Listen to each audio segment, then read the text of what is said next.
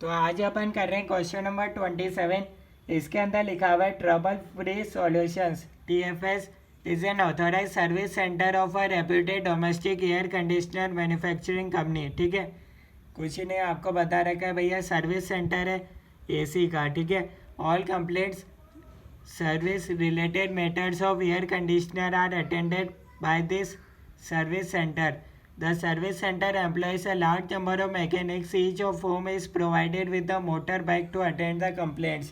ठीक है, एक सर्विस सेंटर है, उसने अपने एम्प्लॉय को बाइक दे रखी है। ठीक है, बाइक क्यों दे रखी है? ताकि वो कंप्लेंट्स को अटेंड कर सकें। Each mechanic travels approximately 40,000 kilometres per annum.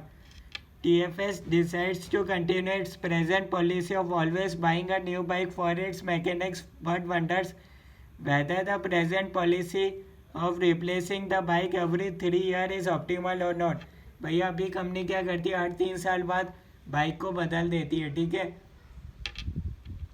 it is of a belief that as new models are entering into market on yearly basis, it wishes to consider whether a replacement of either 1 year or 2 years would be better option than present 3 year period. अब company सोच रही है कि उसको 1 साल बाद या 2 साल बाद ही रिप्लेस कर देनी चाहिए क्या नई बाइक से। The fleet of bike is dude for replacement shortly near future. ठीक है, the purchase price of latest model bike is rupees 55,000. Resale value of used bike at current prices in market is as follows. ठीक है, नई bike की cost दे रखी है और जो ओल्ड बाइक है उसकी रीसेल वैल्यू आपको दे रखी है। फर्स्ट ईयर ओल्ड, 1 साल पुरानी, 2 साल पुरानी, 3 साल पुरानी। 35,000, 21,000, 9,000. Running and maintenance expenses excluding depreciation are as follows. 3 साल के आपको रोड टैक्सेस, इंश्योरेंस उसकी कॉस्ट दे रखी है और पेट्रोल, रिपेयर, मेंटेनेंस की कॉस्ट दे रखी है year wise. Using opportunity cost of capital as 10%, you are required to determine optimal replacement period of bike. आपको भैया क्वेश्चन नंबर 27 में निकालना रहेगा ऑप्टिमम रिप्लेसमेंट साइकिल। तो अपन देखते हैं भैया क्वेश्चन नंबर 27 का solution. Statement of optimum replacement cycle.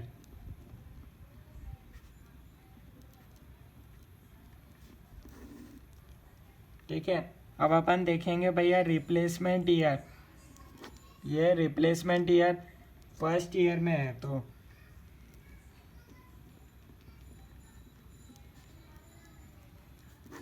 Replacement year है भैया फर्स्ट ईयर। तो present value of cash outflow अपन निकालेंगे तीनों साल में। ठीक है, फर्स्ट ईयर में कितना होगा, सेकंड ईयर में कैश आउटफ्लो कितना होगा, थर्ड ईयर में present value of cash outflow कितना होगा। अब हम प्रेजेंट वैल्यू तीनों साल की निकाल लेंगे। ठीक है, सबसे पहले तो भैया 55,000 तो नई बाइक खरीदने के लगेंगे ही लगेंगे। ठीक है, प्लस 30,000 प्लस 3,000, 33,000 का एक्सपेंस होगा। तो 33,000 divided by 1.10 minus resale value मिलेगी 35,000, उसकी भी प्रेजेंट वैल्यू करने के लिए 1.110 कर देंगे। ठीक है, अगर अपन at the end of first year करेंगे रिप्लेस तो ये आपके खर्च होंगे 33,000। ठीक है, और अगर आप फर्स्ट ईयर के एंड में सेल कर दोगे तो आपको मिल जाएंगे 35,000। ठीक है, तो इसकी प्रेजेंट वैल्यू निकाल रहे हैं क्योंकि ये तो भैया 1 साल बाद का है। प्लस 30,000 माइनस 31,818, ये आपका आ रहा है 53,182। 53,182 फर्स्ट ईयर का है present value of cash outflow. अगर अपन सेकंड ईयर के एंड में रिप्लेस करना चाह रहे हैं नई बाइक से, ठीक है, पुरानी बाइक को रिप्लेस कर देंगे नई बाइक से सेकंड ईयर के एंड में, तो क्या होगा, आपको फर्स्ट ईयर का खर्चा तो देना ही पड़ेगा। सेकंड ईयर के एंड में कर रहे हो तो सेकंड ईयर का भी देना ही पड़ेगा। पूरे साल चलाओगे उसके बाद रिप्लेस करोगे ना, तो ये हो जाएगा स्क्वायर। ठीक है, माइनस रीसेल वैल्यू है 21,000 डिवाइडेड बाय 1.10 का स्क्वायर 55,000 प्लस 30,000 प्लस 31,404 माइनस 17,355, तो ये अपने पास आ गया 99,049। सेकेंड ईयर का आ गया present value of cash outflow. Third year में क्या होगा 55,000 प्लस 33,000 डिवाइडेड बाय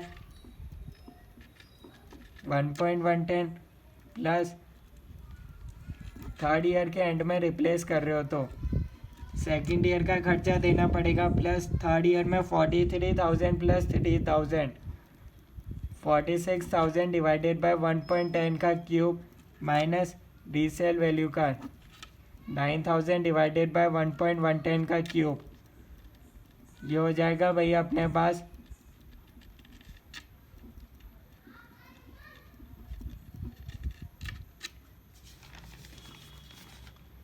ये अपने पास आएगा 46,000 डिवाइडेड बाय 1.110 का क्यूब 34,560 माइनस 9,000 डिवाइडेड बाय 1.110 का क्यूब 6761।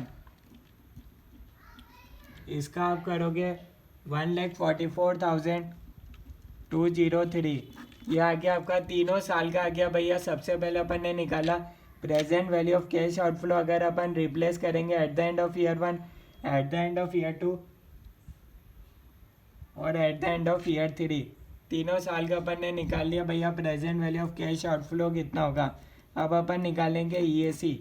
ईएसी क्या होता है? इक्वेटेड एनुअल कॉस्ट होता है, ठीक है। इसका फॉर्मूला होता है present value of cash outflow divided by present value of annuity factor, first year, second year और थर्ड ईयर। फर्स्ट ईयर का भैया 53,182, 99,049। थर्ड ईयर का 1,44,203 present value of cash outflow है ये, ठीक है, divided by present value of annuity factor. First year में भैया 0.909, ठीक है। यहाँ आपको दे रखा है भैया कॉस्ट ऑफ कैपिटल 10% है, ठीक है। जिसको नहीं पता ये कैसे आएगा, तो यहाँ क्वेश्चन में दे रखा है भैया 10% है कॉस्ट ऑफ कैपिटल। तो सेकेंड ईयर का देख लो कैसे होगा, 1 डिवाइडेड बाय 1.10 इक्वल्स टू का साइन, सेकेंड ईयर में जीटी का बटन दबा दो 1.735। यहाँ भैया अपन फॉर्मूले में present value of annuity factor, इसलिए आपको जीटी का बटन दबाना पड़ेगा, वो लिखना है, ठीक है। थर्ड ईयर में क्या करोगे, 10% है, 1 डिवाइडेड बाय 1.110 3 बार इक्वल्स टू का साइन, जीटी का बटन 2.486।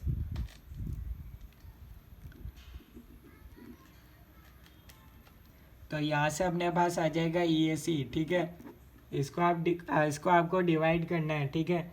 फर्स्ट केस में आ रहा है 58,506, सेकेंड ईयर में आ रहा है 57,088, थर्ड ईयर में आ रहा है 58,006, ये 58, ठीक है। तो annual cost, equated annual cost में क्या होता है भैया, सबसे कम कौन से साल की कॉस्ट है, तो अपन करेंगे at the end of year 2 replace करेंगे, ठीक है।